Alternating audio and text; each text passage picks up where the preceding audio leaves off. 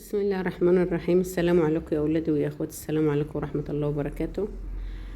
هنقول بسم الله الرحمن الرحيم، وهنقول كل عام وانتم بخير. خلاص خلصوا العشرة ذو الحجة، أحلى أيام في السنة، أيام جميلة جدا، يعني جميلة جميلة.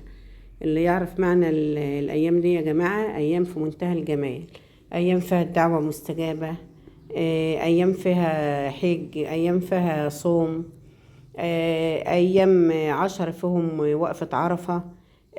وقفة عرفة، الصوم برضو يوم اللي ما صامش من أول الشهر يا جماعة يصوم وقفة عرفة. بتكفر سنة قبلها وسنة بعدها وبتشيل ذنوب. وطبعا الصيام ده، الصيام حاجة حلوة، وبنصوم لله، صيامنا لله رب العالمين. كل عام وانتم بخير جميع متابعيني وجميع المسلمين يا رب، في كل أرض وفي كل مكان وفي كل زمان. وربنا يا رب يرجع الحجاج، يا رب يتم رحلتهم على خير ويرجعهم مجبورين الخطر يا رب، اللهم آمين.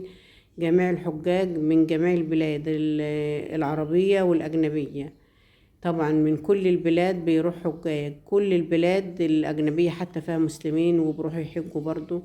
وسبحان الله، الحج دي بيبقى فيه من جميع الجنسيات، بتشوفوا من جميع الجنسيات، جميع الجنسيات اللي في العالم كله بتشوفوهم موجودين في الحج وفي وبالأخص في وقفة عرفة. وقفة عرفة، الأرض بتاعت عرفة دي بيبقى فيها بقى كله، يعني ما بيبقاش مثلا دي حملة معينة في مكان معين. دي طبعا هم كل الحجاج برضو بيبقوا قاعدين في منى، بس طبعا ما بنبقاش شايفين بعض، كله ما بيبقاش شايف بعضه الا يوم عرفه ده.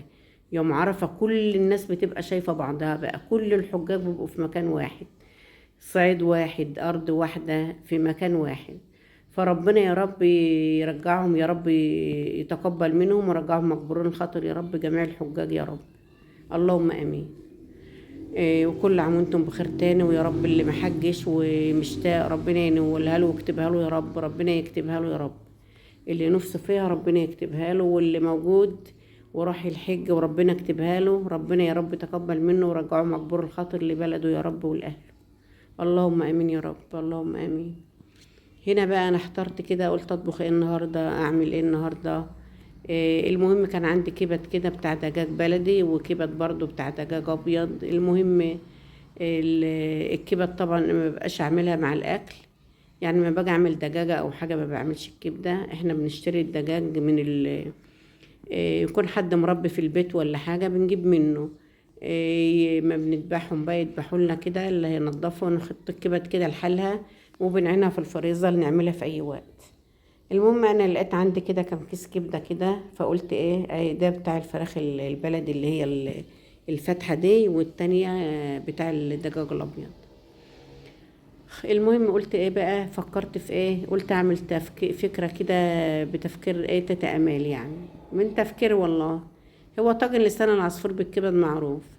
انا بقى جت زودت بقى، عملت فلفل، حطيت بقى، شوحت بطاطسية كده تديله برضو طعم كده وبرضو تبقى وجبة كاملة متكاملة كده مع الفلفل والكبدة ولسان العصفور والبطاطس، يعني تبقى وجبة كاملة كده يا بنات.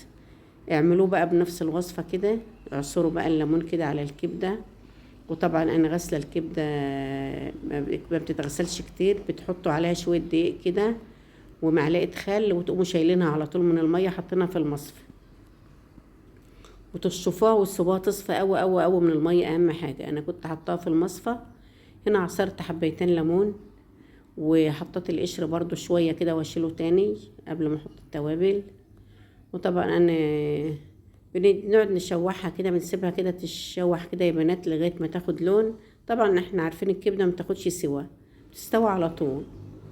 حتى الطاجن ده ما كملش تلت ساعه في الفرن، بصراحه يا بنات ما كملش تلت ساعه، يعني وجبه سريعه جدا جدا وبسيطه جدا، وتاخدش منكم حاجه ان شاء الله. يكون عندكم شويه كبده بقى كده، انا اشتلت القشر اهو زي ما انا قايله لكم. عندكم شويه كبده كده وتعملوهم بفلفل كده وتعملوهم زي ما انا عاملاها كده يا بنات. وجبه حلوه ان شاء الله. بوريها لكم، هي خدت لون كده وهي كده استوت اصلا. هتتحط في الطاجن بقى، نحط شويه التوابل دول نقلبهم على بعض. انا مقلله قوي يا بنات من الفلفل الاسمر ومن القرفه، يعني حاطه فلفل اسمر وقرفه بس قليل قوي عشان ما يغمق لناش الوصفه. ماشي يا بنات. حتى التوابل ده انا ما حطيتهاش كلها برضو. وحاطين بقى شويه توابل، حطيت هنا على الفلفل والبطاطس شويه برضو شويه توابل، مش مكتره التوابل ايه. وحطيت شويه خضار بقى من اللي انا عاملاه، البطاطس والفلفل في قاع الطاجن. وهتعملوه زي ما انا عاملاه بقى بالظبط كده، هتاكلوا احلى طاجن لسان العصفور بالكبد. اهو يا بنات جميل جدا جدا. الف هنا وشفا، وكل عام وانتم بخير. برضو النهارده بنبقى نقول وقفه الوقفه، العيد الكبير بيبقى له وقفتين. النهارده وقفه الوقفه، لسه في الصيام ان شاء الله بمشيئه الله كده، لو ربنا ادانا عمر وادانا اجل لبكره يعني. لسه في الصيام بكره طبعا. البيت ان شاء الله بقى يبقى صيام كلته بكره. نعمل بقى طبعا كلكم هتعملوا ايه بنات بقى في العيد او بكره يوم الوقفه دي اهم حاجه. بيبقى كله صايم بقى، البيت كله بيبقى صايم. طبعا انا اللي في البيت صايمه بس العشرة يعني انا اللي صايمه بس. لكن ان شاء الله بكره نعيشنا ولنا عمر نسوين ولادي بقى، وهو طبعا كل واحده في بيتها، بس كله ان شاء الله يبقى نفطر مع بعض كلنا ان شاء الله هنا عندنا. الحمد لله رب العالمين، احمدك واشكر فضلك يا رب. يوم بقى حلو، اللمة فيه حلوة طبعا، اللمة بتبقى جميلة. أحلى حاجة في الدنيا اللمة مش الأكل. اللمة بقى لو أي لقمة يا جماعة، اللمة بتبقى حلوة أوي، بيبقى فيه روح كده. الولاد ولادك كده، ولاد ابنك، يعني بيبقى فيه روح حلوة كده إن شاء الله. هنا بقى طبعا أنا محمرة لسان العصفور بدون سمنة ولا زيت، عشان ما أقدحش السمنة يا بنات، عشان السمنة البلدي ما نقدحهاش وتدينا تبقى هادية. انا هنا حطيت حتة صغيرة بقى، لان طبعا انا مشوحة برضو الكبدة بحتة سمنة صغيرة، والبطاطس حاطة لها معلقة زيت، فكده كفاية قوي يعني. وهو بقى مش لو عندكم شوية مرق لحمة ممكن نحطه معاه، مفيش هتحطوا مية مغلية وتزودوا حتة سمنة صغيرة زي ما انا عملت كده. كده انا حطيت بقى قرن فلفل كده برضو عليه كمان، وهنغطيه غطا اي كلام كده يعني، عشان بس ما ياخدش لون قبل ما يستوي. الغطا غطا بس كده عادي، هو كده كده هيستوي لو ما غطيناهوش، بس عشان ما يشعوطش قوي حطيت الورقه الالومنيوم. ممكن تحطوا غطا قدر بقى اي حاجه يعني، مش لازم غطا نكمره، لا هو بيستوى. هي الكبده مستويه، ولسان العصفور انتوا عارفين ما بياخدش سوا، بيستوى على طول. شايفين الجمال بقى والحلاوه. طاجن في منتهى الجمال، طاجن حلو قوي، اكله عيله هو وجميل قوي ومن حاجه بسيطه عملنا اكله كامله متكامله جميله جدا. الف هنا وشفا يا رب. و...